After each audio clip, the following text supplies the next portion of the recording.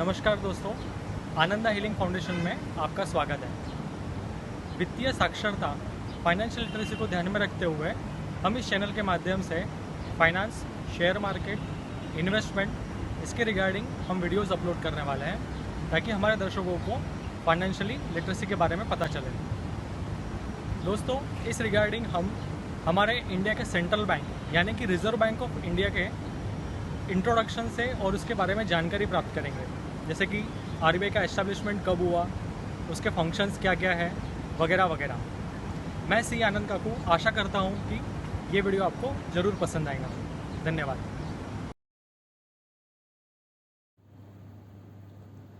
Establishment of RBI. RBI का establishment 1 April 1935 में as पर Reserve bank of India act 1934 के हिसाब से करने में आया था। आरबीआई का सेंट्रल ऑफिस इनिशियली कोलकाता में रजिस्टर्ड हुआ था, but it was permanently moved to Mumbai in 1937। Central office यानी जहाँ से पॉलिसीज़ फॉर्मुलेट होती है और गवर्नर सेट करता है। इनिशियली आरबीआई प्राइवेटली ओन्ड था, but after nationalisation 1949 RBI fully owned by government of India हो गया है। प्रियम्बल से हमें समझ में आता है कि मेन बेसिक फंक्शन कोई भी ऑर्गेनाइजेशन का क्या है। तो आरबीआई का प्रियम्बल है to regulate the issue of bank notes and keeping of reserves with a view to securing monetary stability in India and generally to operate the currency and credit system of the country to its advantage.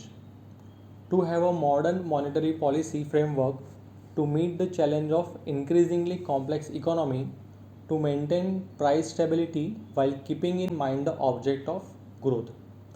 यहाँ से हमें समझ में काफ़ी चीज़ें इसमें हम समझ सकते हैं। तो जो फंक्शंस है, तो मेनली बैंक नोट को इशू करना, रेगुलेट करना, मॉनेटरी पॉलिसी को रेगुलेट करना to the maximum advantages situation to the country. इसे हम आगे और डिटेल में देखेंगे। अभी हम देखते हैं सेंट्रल बोर्ड। आरबीआई के स्ट्रक्चर में क्या क्या आता है। आरबीआई के स्ट्रक्चर में ऑफिशियल डायरेक्टर्स, फुल टाइम में गवर्नर जिनका करेंसी नोट पे हमारा सिग्नेचर होता है, and not more than 4 deputy directors. Non official directors जो कि nominated by government of India होता है, यहाँ पे 10 डायरेक्टर्स गवर्नमेंट अपॉइंट कर सकती है फ्रॉम द वेरियस फील्ड्स, और गवर्नमेंट ऑफिशियल्स को भी यहाँ पे नॉमिनेट कर सकते हैं for the better policy formulations.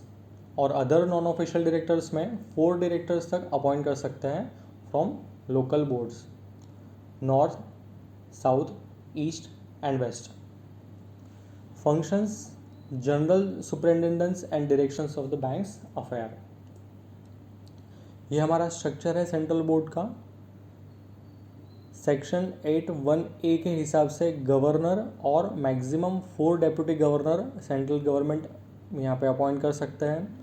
तो अभी हमारे करंट इसमें स्ट्रक्चर में गवर्नर हमारे हैं श्री शक्तिकांता दास जी, ये हमारे डेप्यूटी डायरेक्टर्स हो गए।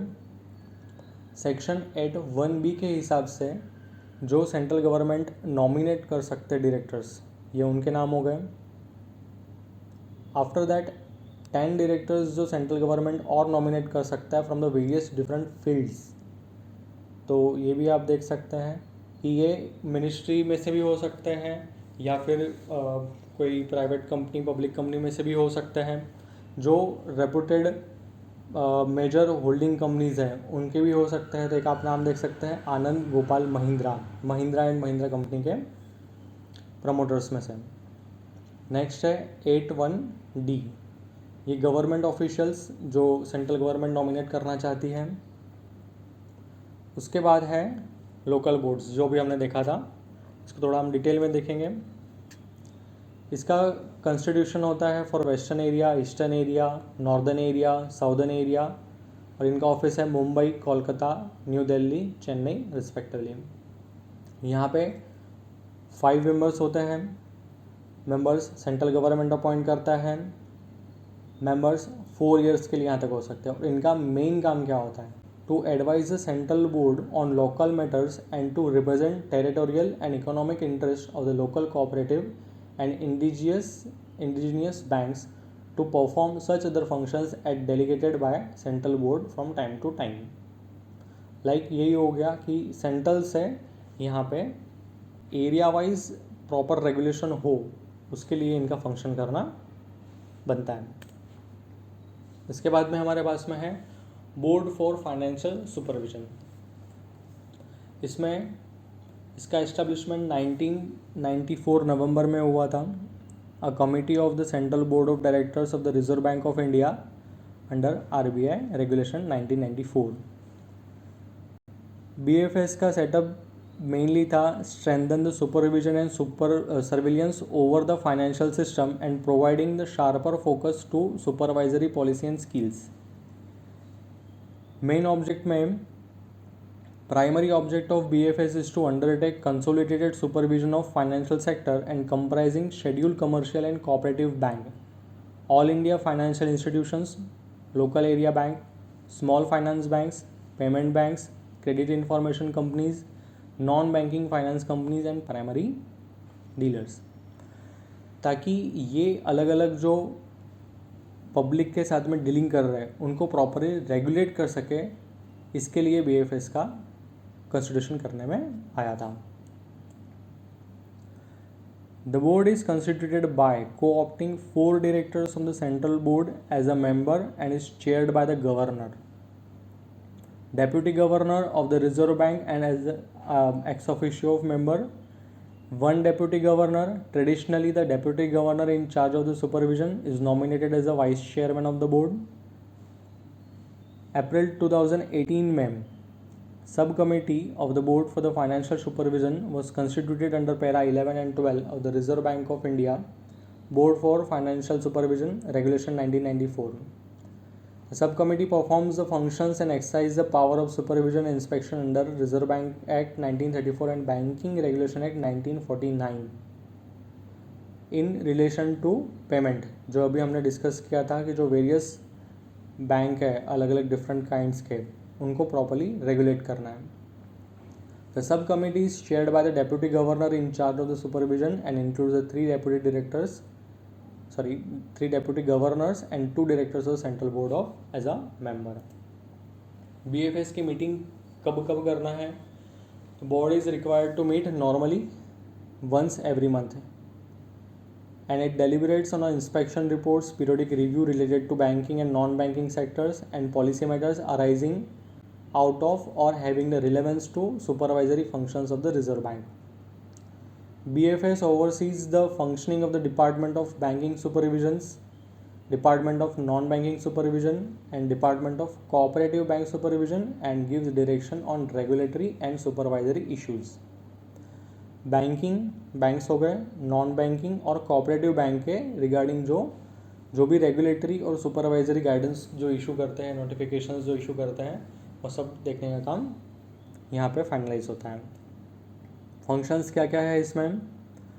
जो मेजर फंक्शंस है वो हम यहाँ पे डिस्कस कर रहे हैं। Fine tuning the supervisory process adopted by the bank for regulated entities, introduction of off-site surveillance system to complement the on-site supervision of regulated entities, strengthening the statutory audit process of bank and enlarging the role of auditors in supervisory process, strengthening the internal defenses with the supervised institutions such as the corporate governance, internal control and audit functions, management informations and risk control system, review of housekeeping in banks।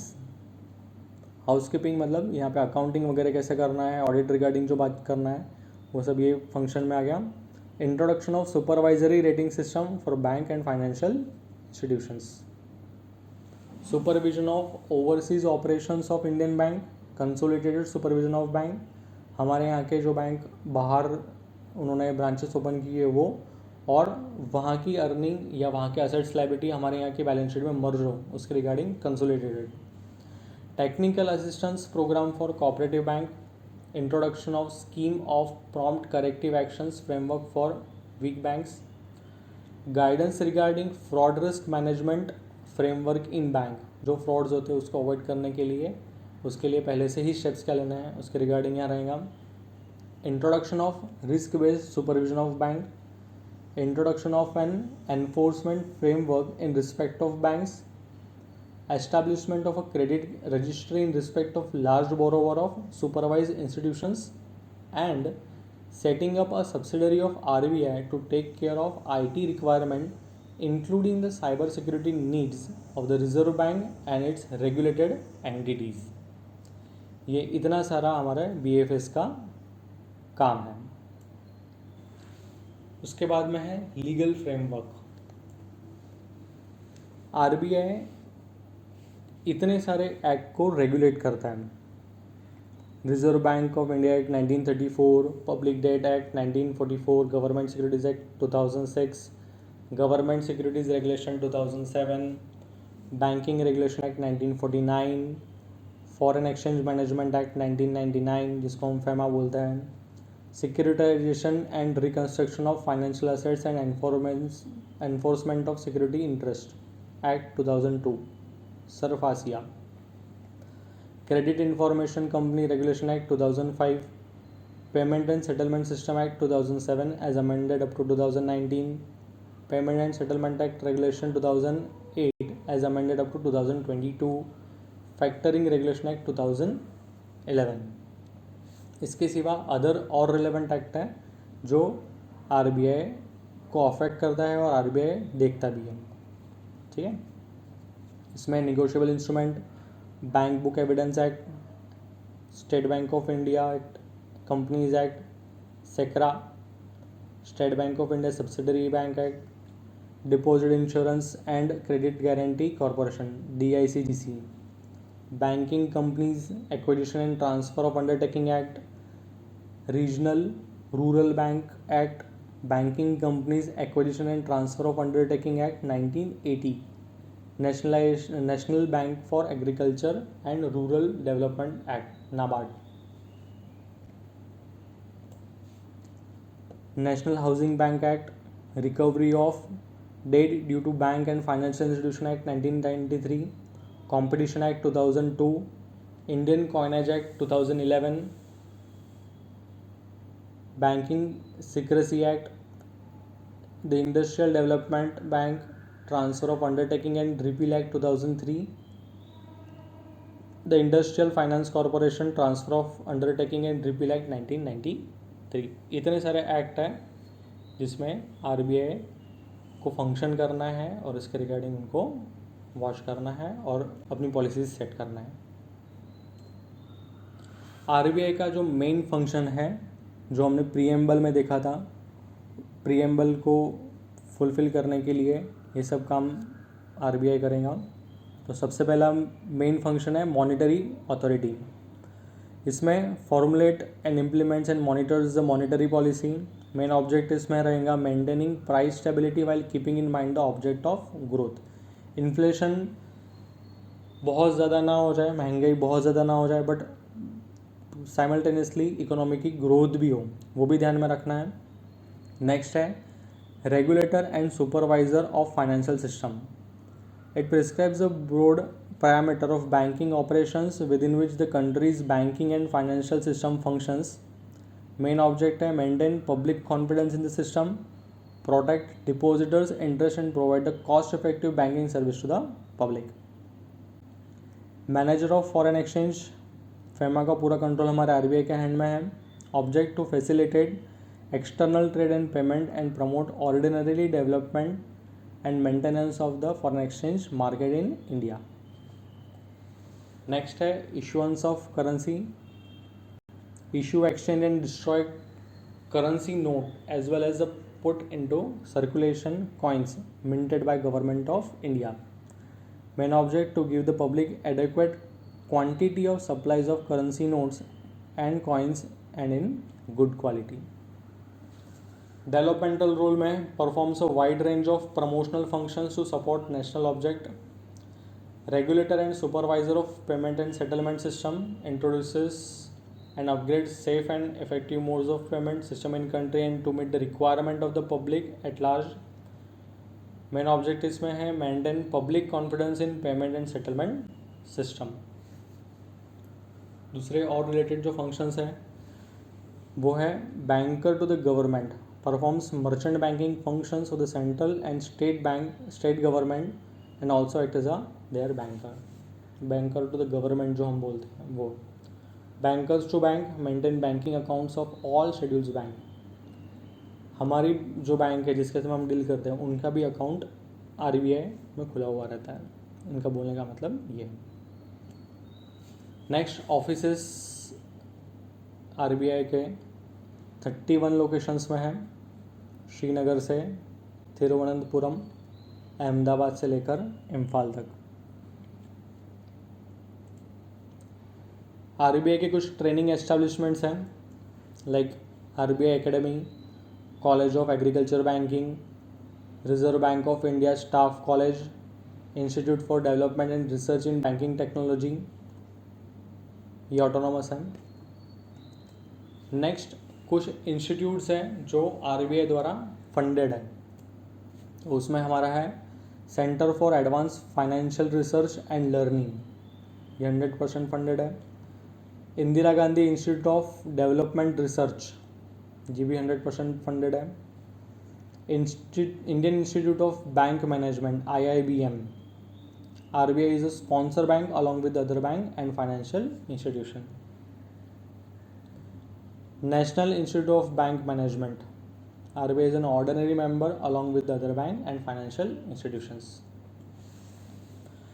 RBI की कुछ fully own subsidiaries भी हैं, उसमें है DICGC, Bharatiya Reserve Bank Note Mudran Private Limited जो printing का काम करता है, reserve Bank Information Technology act Private Limited, Indian Financial Technology and Allied Services, Reserve Bank to Innovation Hub. धन्यवाद।